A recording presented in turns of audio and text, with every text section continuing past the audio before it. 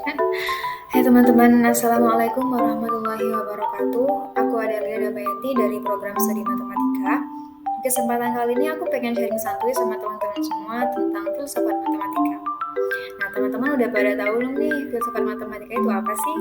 Kalau kata filsafat pasti udah nggak asing kan, tapi kalau filsafat matematika kira-kira udah pada tahu belum? Nah, tapi sebelum itu aku mau tanya nih teman-teman semua apa kabar? Ya, dimanapun teman-teman semua berada, semoga teman-teman diberikan kesehatan dan semangat dalam menjalankan aktivitas sehari-hari ya. Oke, kembali ke filsafat matematika, terus langsung kita bahas saja. Nah, kita mau bahas tentang bagaimana pengertian filsafat matematika itu sendiri. Jadi, filsafat matematika itu adalah cabang filsafat yang mempelajari konsep, metode, dan sifat-sifat dasar matematika. Nah, terus pentingnya kita belajar filsafat matematika itu apa ya? Aku kasih 3 poin penting yang dibahas dalam filsafat matematika, yaitu seperti apa itu matematika, bagaimana matematika itu diterapkan, dan bagaimana kita memastikan kebenarannya. Nah, jadi urgensi dari atau pentingnya filsafat matematika ini berhubungan dengan 3 poin penting ini. Jadi kalau kita belajar filsafat matematika, kita bisa tahu nih konsep matematika secara lebih mendalam, dan kita bisa tahu bagaimana konsep-konsep matematika itu diterapkan dalam berbagai bidang ilmu pengetahuan, teknologi, dan kehidupan sehari-hari. Dan selain itu, kita dapat mengetahui nih cara bagaimana memastikan kebenaran matematika dan menjelaskan hubungannya dengan dunia nyata.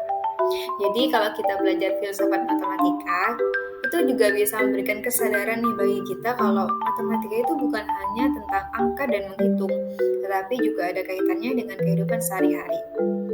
Nah, selanjutnya aku mau bahas salah satu bab dalam filsafat matematika, yaitu epistemologi matematika. Di sini pengertiannya yaitu epistemologi matematika itu adalah cabang filsafat yang mempelajari sifat pengetahuan matematika, bagaimana pengetahuan tersebut diperoleh, dan bagaimana pengetahuan tersebut berhubungan dengan kebenaran matematika. Nah, contoh sederhananya nih, ketika teman-teman mengukur suatu panjang benda dengan penggaris, nah pasti teman-teman kan yakin teman-teman yakin kalau penggaris itu bisa mengukur panjang benda tadi dengan benar. Nah, itu didasarkan pada asumsi epistemologi matematika ini bahwa penggaris itu bisa kita andalkan, dan dengan penggaris itu kita bisa mengetahui panjang benda tadi dengan akurat, serta bahwa kita memiliki pengetahuan yang cukup untuk memastikan panjang benda itu dengan benar. Nah, jadi dalam epistemologi matematika ini, pengetahuan matematika itu bukan hanya sekedar kumpulan fakta atau angka, tapi juga melibatkan tentang pemahaman kita sendiri tentang bagaimana sih kita memperoleh pengetahuan tersebut dan bagaimana kita memastikan kebenarannya, seperti panjang benda tadi. Nah, dalam filsafat matematika ada berbagai pandangan tentang epistemologi matematika, dan kali ini aku mau bahas 4 pandangan, yaitu empirisme, rasionalisme, konstruktivisme, dan platonisme. Yang pertama ada empirisme. Empirisme adalah pandangan yang berpendapat bahwa pengetahuan matematika itu diperoleh melalui pengalaman empiris dan observasi yang berkaitan dengan objek matematika. Nah, contoh sederhananya nih, anak-anak belajar bilangan dan operasi aritmatika dalam kehidupan sehari-hari, seperti saat menghitung buah, menghitung uang, dan lain-lain. Yang kedua ada rasionalisme, yaitu pandangan yang berpendapat bahwa pengetahuan matematika didasarkan pada akal budi dan kemampuan berpikir manusia. Contohnya itu konsep-konsep matematika seperti bilangan, persamaan.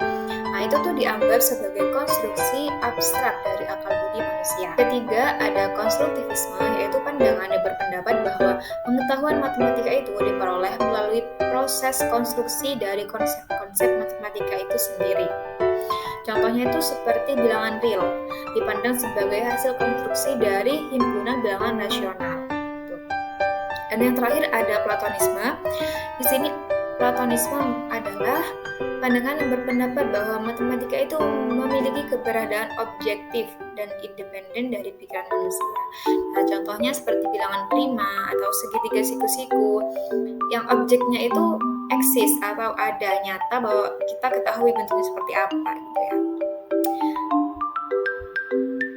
Nah, dari sharing satu kali ini, kesimpulan bisa kita peroleh yaitu filsafat matematika berupaya untuk memperdalam pemahaman kita nih tentang matematika dan memberikan perspektif yang lebih luas tentunya tentang bagaimana sih matematika itu diterapkan dalam berbagai bidang, khususnya di kehidupan sehari-hari.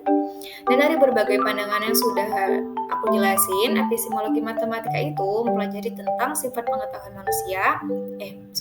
sifat pengetahuan matematika, bagaimana pengetahuan tersebut diperoleh, dan bagaimana pengetahuan tersebut berhubungan dengan kebenaran matematika itu sendiri. Oke, sampai sini dulu sharing santai kita kali ini. Terima kasih buat teman-teman yang udah nonton. Idza bajatum khotoan fahuwa minni wa idza bajatum shawaban fahuwa minallah. Wassalamualaikum warahmatullahi wabarakatuh.